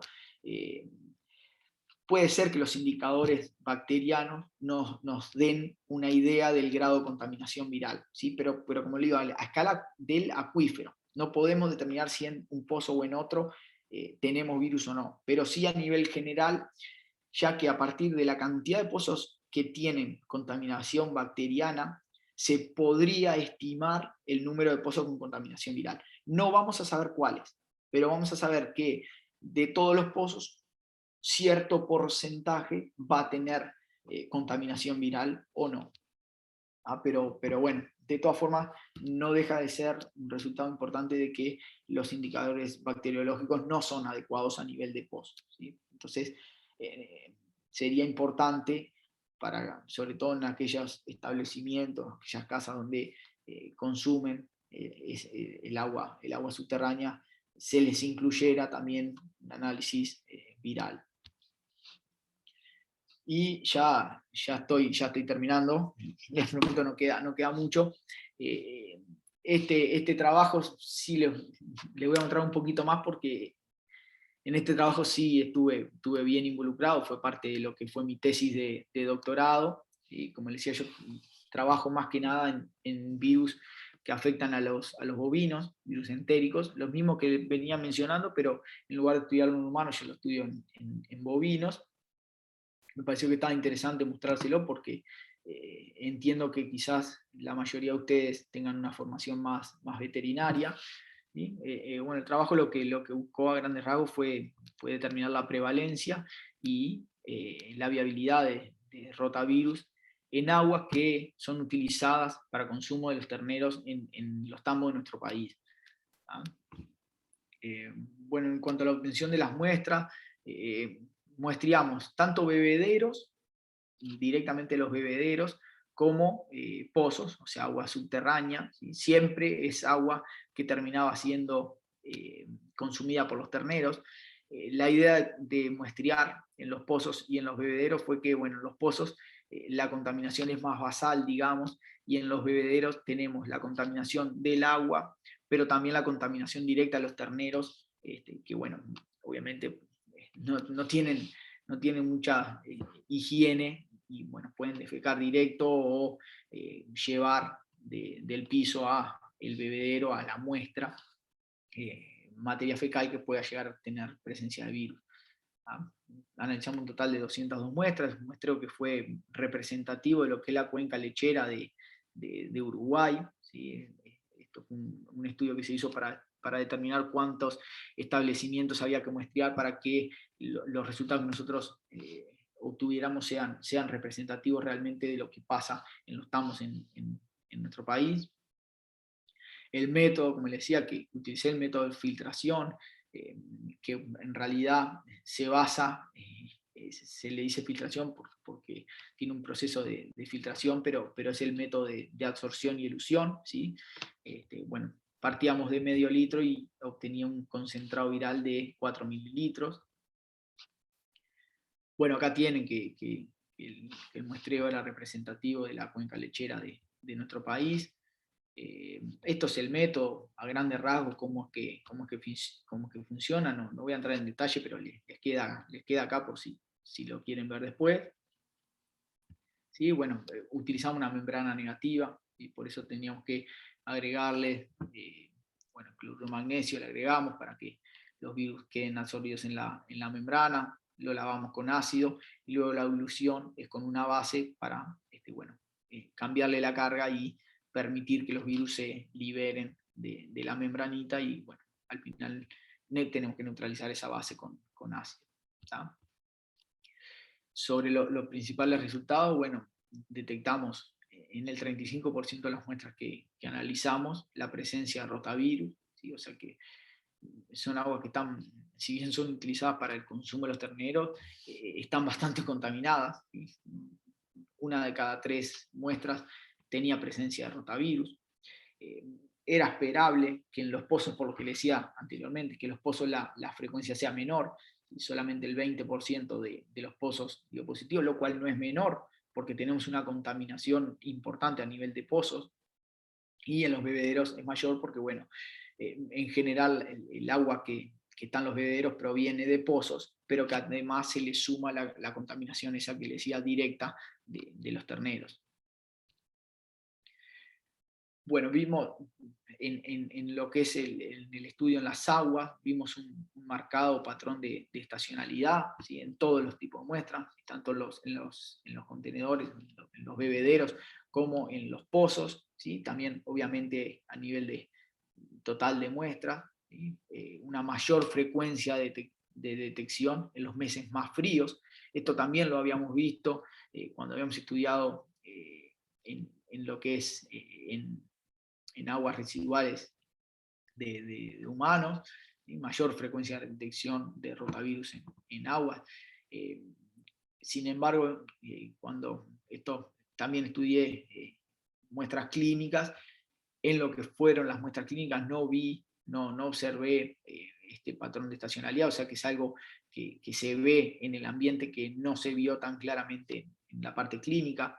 En parte es porque, bueno, los virus son mucho más estables a más bajas temperaturas, y eso se sabe, por lo menos en el caso de rotavirus, cuanto más baja es la temperatura, mejor o más persiste en el ambiente. Y algo que fue importante en el trabajo, que no solo lo detectamos, sino que en algunas de las muestras no es fácil cultivar los rotavirus, si bien tenemos cultivo, líneas celulares, etc., no es tan fácil cultivarlo a partir de muestras ambientales, pero de todas formas, en varias de las muestras logramos no solo detectar rotavirus, sino que además determinar de que, bueno, las partículas virales que estamos, esos genomas virales que estamos detectando en la PCR en tiempo real, provenían de partículas infectivas, y que tenían capacidad de infectar cultivos celulares, incluso en algunos casos hasta ver efectos citopáticos. Esto, entonces, no solo rotavirus está presente en las aguas, sino que se mantiene infectivo y es un riesgo real para los terneros. Y ya para terminar, esto lo último, y se lo menciono, esto no está publicado, pero me parece que es interesante porque es el tema del momento, y bueno, me parece que está bueno mostrarles cómo toda esta acumulación de experiencia en lo que es virología ambiental se puede incluso aplicar hoy en día, o se aplicó en algunos países en lo que es la pandemia, digamos. Fue un proyecto donde se buscó monitorear la presencia no solo de SARS-CoV-2, sino también de otros virus, ¿sí? En aguas residuales, en efluentes de las piscinas de acá del parque, digamos, de las termas. Nosotros tenemos acá, tiene una parte importante, Salto, que es el turismo de termas, ¿sí? Es una zona donde recibe muchísima gente, no solo Uruguay, sino que de todos lados del mundo, que vienen a hacer turismo en las termas, que obviamente durante la pandemia estuvo cerrada a los turistas del exterior, pero bueno, se buscaba hacer, y luego con la apertura, hacer un monitoreo para ver si se detectaba el virus, principalmente en las piscinas, pero también en lo que son las aguas residuales, y bueno, aguas superficiales en la zona de, como le decía, el Parque Daymán Termal de Salto. ¿Ah? Bueno, estos son los involucrados que estuvieron involucrados en el trabajo. A modo de introducción, porque esto no es del trabajo, sino que es algo general, un trabajo realizado seguro en Brasil, donde bueno, se vio la presencia hasta 7 semanas del virus en materia fecal, ¿sí? En aguas residuales de diferentes países. Se propone también realizar una epidemiología basada en aguas residuales. Ahora vamos a ver que tiene algunas ventajas. Quizás no para el momento actual de pandemia que estábamos viviendo hace poco, o que seguimos viviendo, pero sí para futuro, donde se puede estimar el número de personas infectadas en una comunidad con la carga viral que se detecta en las aguas residuales. ¿Sí? Se puede hacer una correlación y de alguna forma indirectamente determinar, dependiendo de la carga viral que se detecta del virus en las aguas residuales, determinar, bueno, cuántas personas estimo yo que están afectadas en cierta localidad. ¿Sí? Entonces esto puede ser un sistema de alerta temprano y también de seguimiento de la pandemia. Esto porque probablemente, no sé cómo es en otros países, en otro país se ha hecho un testeo bastante masivo, pero obviamente eso tiene costos logísticos y económicos que es muy difícil sostenerlo durante mucho tiempo. Sin embargo, de esta forma uno con menor cantidad de muestreo uno puede ir monitoreando y digamos, de alguna forma detectar algunas alertas que puedan indicar de que estamos teniendo un crecimiento exponencial.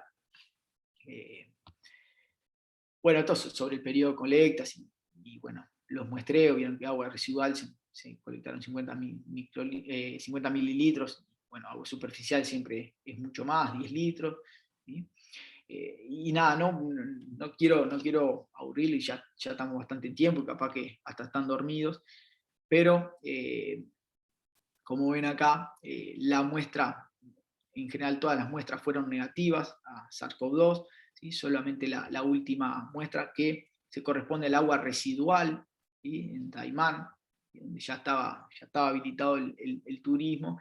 Y bueno, en el agua residual se detectó SARS-CoV-2 en enero, que como podemos ver en las gráficas, fue cuando nuestro país comenzó el crecimiento exponencial de casos activos, tanto a nivel país como también a nivel de Salto. Teníamos en Salto para enero entre 50 y 100 casos activos, es decir, que la detección del virus en muestras de aguas residuales no puede dar un indicio de que, bueno, cuando lo empezamos a detectar, bueno, ahí estamos teniendo un problema, posiblemente esté empezando ese crecimiento exponencial, y quizás eso pueda llevar a tomar medidas en algún sentido, ya sea medidas para terminar la transmisión, o quizás si en ese momento, esto obviamente a futuro, pero en 1 año o 2 años, si uno detecta el virus en muestras residuales, y bueno, ahora vamos a empezar con un testeo un poco más masivo, porque probablemente estemos empezando a tener un problema. Pero bueno, estos son todos resultados, no están publicados, son resultados parciales. La idea es seguir obviamente estudiando este tema. Y bueno, por acá terminamos. no sé si están despiertos, si ya se durmieron o qué, si tienen preguntas, si tienen comentarios. Bueno, yo como les dije, si las puedo responder, se lo respondo ahora, y si no, me comprometo a buscarle la respuesta y bueno, y contestársela de alguna forma, hacérsela llegar por mail. Bueno, Matías, la verdad que muy linda la charla, muy linda la charla, y que es espectacular el trabajo que están haciendo desde el laboratorio y el grupo de Ronde, que vamos a mandar un mensajito a Ronde que ya se puede jubilar tranquilo y puede ir a disfrutar las termas, que ya hay gente atrás con ganas de laburar. Y no, la verdad que estuvo muy buena la charla y todos los trabajos que mostraste, y cómo detectando los diferentes virus en el ambiente nos da una perspectiva de cómo está la salud humana y también animal, ¿no? Entonces, eso que vos decís, detectando virus en diferentes, por ejemplo, en agua, cómo esa población, puedo yo calcular cuánta de la población puede estar infectada por un virus, o hablando de tu trabajo, ¿no? De rotavirus en ganado, ¿cuál es la importancia de detectar esos virus que se transmiten a través de bebederos, pozos, y cómo el ambiente nos puede dar un panorama de la salud, tanto humana como animal, ¿no? A nivel de ciudades, zonas de influencia, ¿no? La verdad que muy interesante la charla. Había una pregunta y una mano levantada. Obviamente vamos a organizarnos para que cada uno le haga las preguntas a Matías, que tenga alguna pregunta. Ariel, durante la charla, hacía una pregunta y te digo que está en el chat. Dice Ariel: ¿tiene alguna experiencia en evaluar SARS-CoV-2 en cloacas en Uruguay? Bueno, creo que al final de la charla, creo que estuve respondiendo la pregunta. Y tenemos dos participantes con la mano levantada. A ver, Mara Castellano, adelante. Andrés. Sí. No, hay otra acá, justo ahora acabo de poner el chat, que preguntaban también qué medidas se toman para evitar tener falso efecto citopático debido a contaminantes y toxinas. Si querés responderle a esa. No, ahí en ese caso es necesario la detección por algún otro método, como por ejemplo un método molecular. Entonces, si llegáramos a ver un efecto, es difícil, como decía, a veces tener la seguridad, la certeza de que ese efecto es por un virus o por una toxina. Entonces, muchas veces uno lo que tiende a hacer nosotros, por lo menos lo que hacemos en el laboratorio, es más allá de que hagamos el cultivo celular y la infección viral, luego confirmamos estos resultados con algún método molecular, PCR, ya sea PCR en tiempo real o PCR convencional. Eso por lo menos es lo que hacemos nosotros. Nosotros, digo, además, en el laboratorio de virología molecular, o sea, trabajamos mucho con lo molecular. Tratamos de hacer el tema de cultivo celular, sobre todo en el ambiente, porque nos da esa información de que además de detectar el virus, bueno, es importante también saber si esos virus que estamos detectando son viables o no, que para eso necesitamos el cultivo. Pero la respuesta es que nosotros lo confirmamos con un método molecular después. Perfecto, Matías. Mara Castellano, ¿tiene la mano levantada? Sí, yo fui anotando. Tengo alguna preguntita. Desde el principio, ¿no? Que hablaste sobre, yo te quería preguntar si se utilizó un estadístico para decidir el volumen a recolectar de qué tipo de agua, o si tienen que saber qué virus quieren evaluar, tiene que ser tal cantidad, o es por tamaño o por cierta característica, o si es al azar. Bien, muy, muy buena pregunta. Sobre lo último, no es al azar. En general, lo que hacemos, en ambiente hay muchos trabajos que evalúan diferentes métodos para diferentes virus. Y lo que se hace es justamente evaluar para cierto virus y para cierta matriz diferentes métodos. Y eso se publica y después se dice, bueno, para este virus en tal matriz, por ejemplo, vamos a poner un ejemplo, rotavirus en aguas superficiales, el mejor método es colectar cierto volumen y utilizar no sé, absorción-elusión con membrana negativa. Ahí está, bien, Uno bien. muchas veces lo que hace sí.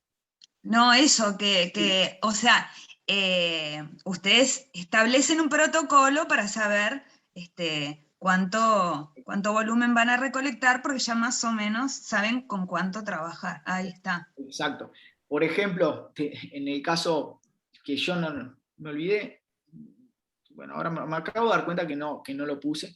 En el caso de SARS-CoV-2, como era algo nuevo, el primer trabajo que se hizo en el laboratorio fue justamente evaluar cuál método podría ser el más adecuado y los volúmenes de colecta. Y nosotros lo que hicimos, obviamente, fue evaluar los métodos que teníamos disponibles en el laboratorio. No hicimos todos, claramente, pero sí evaluamos. En realidad yo no lo hice, pero en el laboratorio, Matías Salvo principalmente, que es quien llevó adelante este trabajo junto a Matías Victoria, evaluaron cuál era el mejor método para la detección de SARS-CoV-2. Lo hicimos utilizando coronavirus bovino, ¿sí? Que lo teníamos en el laboratorio, entonces, bueno, como son virus muy similares, lo que se hizo fue eso, evaluar cuál era el mejor método, con qué condiciones, y luego a partir de esa evaluación decidir cuál utilizar.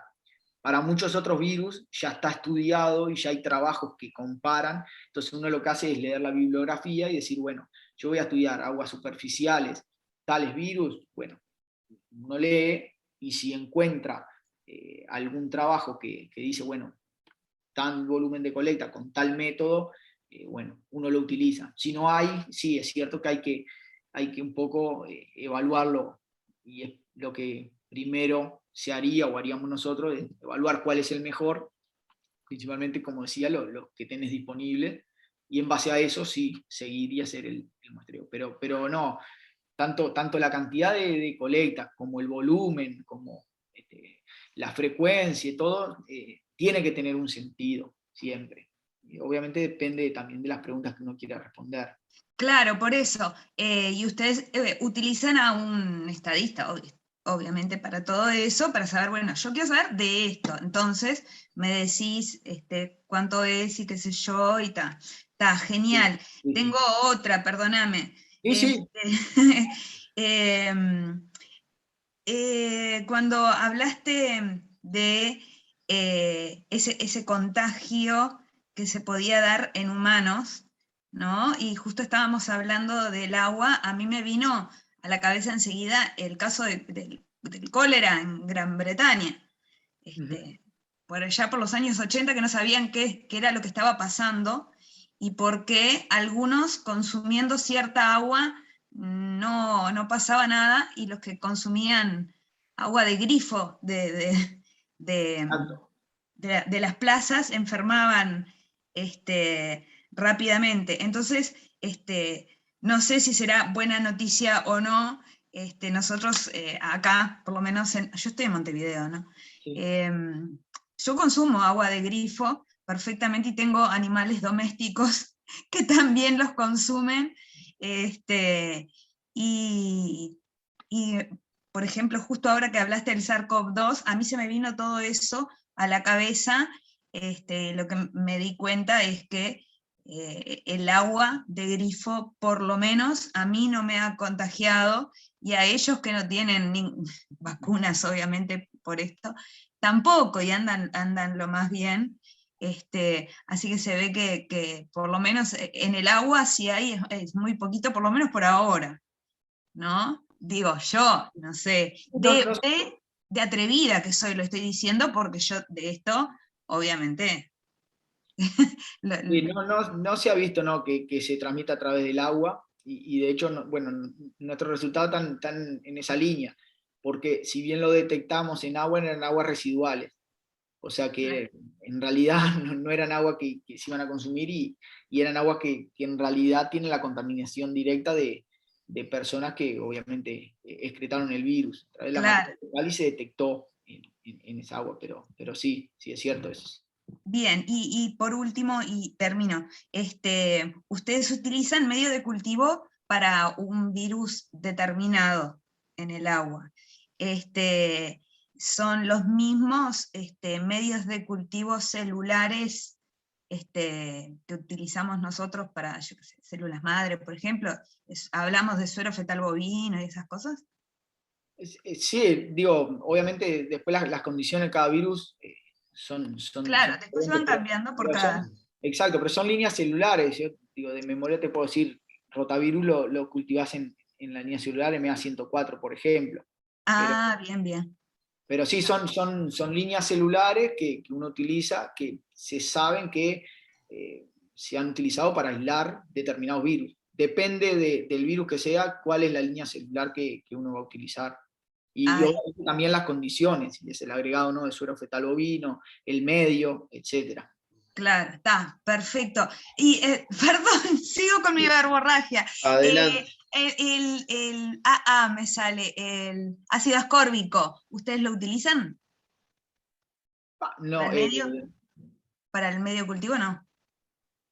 la verdad, honestamente no sé. Yo no lo utilicé, pero no sé si lo han utilizado.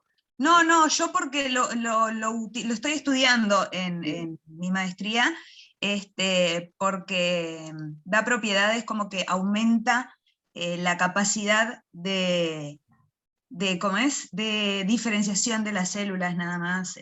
No. Digo, Ujú. fue una pregunta solamente para saber y Mm. relacionar un poquito. Fue bien de chusma. Sí, sí, no, Así que está. la verdad no lo sé, pero creo que no, por lo menos no me suena. Bueno, discúlpame tanta No, pregunta. por La favor, verdad, bienvenido sea. genial tu presentación y muchísimas gracias. Bienvenido sea aquí, por lo menos quiere decir que seguiste la clase. Totalmente, completamente. Buenas. Bueno, muchas gracias, Mara, por las preguntas. Y tenemos otros estudiantes como Lina, que está levantando la mano. Por favor, Lina, adelante. Después vamos con Lizeth. Así que primero Lina. Bueno, muchas gracias, Matías, por tu charla. Fue interesante ver la variedad de técnicas que hay. Y me surgió la duda de lo que comentaste sobre que en principio ustedes compararon las diferentes técnicas, tanto para concentración y para posterior estudio molecular en cuanto a SARS. ¿Este trabajo ya está publicado o Sí, me tú olvidé completamente de agregarlo, pero sí está publicado, sí. podrías facilitarnos ese Ah, trabajo de comparación de los diferentes métodos? por supuesto. Y mi Eh, otra pregunta va relacionada, sobre todo ustedes que trabajan hace mucho tiempo con virus ambientales y que trabajan con biología molecular. ¿Ustedes han pensado en secuenciar o en hacer estudio por metagenómica, esta o de tercera generación de variantes y este tipo? Y va direccionada porque en el laboratorio comenzamos hace poco, realmente junto con la pandemia de coronavirus, a hacer monitoramiento de SARS en efluentes domésticas y hemos tenido unos problemas en cuanto a secuenciamiento. No es tan fácil y quería saber si ustedes han tenido algunas estrategias para conseguir secuenciar este DNA que está completamente fragmentado en este tipo de muestras y cuál ha sido la experiencia de ustedes en eso. Bien, muy interesante la pregunta. Sí, algo que creo que no lo dije, muchas veces es cierto que obtener secuencias, y sobre todo cuando hablamos de virus en ambiente, suele ser difícil. Y, a veces es difícil incluso a nivel clínico, a nivel ambiental en algunos casos es muy difícil también. Algunos de los trabajos que les mencioné sí utilizaron metagenómica, ya sea a nivel de un virus específico, por ejemplo, ahí sí sería para ver variantes. De memoria sé que se utilizó para enterovirus, ¿sí? Una PCR específica que detectaba todos los enterovirus, y luego hacerle metagenómica a eso para poder ver con profundidad cuál es la diversidad a nivel bueno, a nivel grande de especie, de tipo, de genotipo, pero también incluso llegando a nivel de variantes. Pero sí, es algo que para nosotros es bastante nuevo, estamos incursionando porque creo que es lo que se viene, el tema de la metagenómica o de la secuenciación de próxima generación, bueno, creo que va a terminar reemplazando a la secuenciación de Sanger, por la cantidad de información que te da, y que bueno, cada vez va a estar más disponible y más barato también. Pero sí, hemos incursionado un poco en lo que es la NGS. Bien. ¿Alguna pregunta más, Lina? Si no, pasamos con Lisette. No, era solamente ver si habían tenido éxito, si las dificultades que habían tenido, o era un poco más para comparar, ver qué les había servido a ustedes. Sí. Es claro, si puedes decirlo, a menos que no puedas, también lo entenderé. No hay ningún problema decirlo. No, el problema es que yo no lo he hecho. O sea, no he hecho, hasta ahora no, terminé mi tesis de doctorado hace no mucho y no incluyó nada de metagenómica ni de NGS. Entonces, no lo sé que mis compañeros están trabajando, y bueno, mi idea es meterme también en eso. Como todo, yo entiendo sí que han tenido algunos problemas, sobre todo en metodología. No sé si capaz que tenés alguna pregunta puntual sobre algún paso metodológico o algo. Está mi mail en la presentación, si querés me escribís, no hay ningún problema en responder. El único tema es que realmente yo no he trabajado, no me he metido en lo que es la NGS. Entonces, no te puedo responder ahora de primera mano cuáles son los problemas que hemos tenido, pero sin ningún problema le pregunto a mis compañeros y te lo respondo. Entiendo, muchas gracias, estuvo muy bueno tu charla, Matías. Gracias. Gracias, Lina, por la pregunta. Y Lisette, si andás por ahí. Sí, buenísima su charla, doctor, muy ilustrativa con respecto a los procedimientos. Y yo tenía algunas dudas. Por ejemplo, usted mencionó un procedimiento que es laborioso, que es la floculación, y dijo que también los usaba. Quería saber si en esa investigación que hizo con el rotavirus utilizó o solo utilizó, como le explicó a Mara, absorción, elusión, más o menos, era eso. ¿Te referís al trabajo que presenté el último sobre rotavirus en aguas? Sí, en animales. Bien, en ese, es como te decía, ya fui un poco directo al método de absorción-elusión, porque ya lo habíamos utilizado en el laboratorio, el mismo, para en realidad habían sido otras muestras, pero habían sido también inclusive muestras de pozo, ¿sí? pero en zonas suburbanas de acá de la región de Salto, y ya habíamos visto que era un método que había funcionado. Entonces, en mi caso, fue como que corrí con esa ventaja de que ya se había probado ese método para rotavirus, entonces no evalué otros, fui directo a ese. Ya, doctor, muchas gracias. A las órdenes. Perfecto, no sé si alguien tiene alguna otra pregunta para el doctor Matías Castel.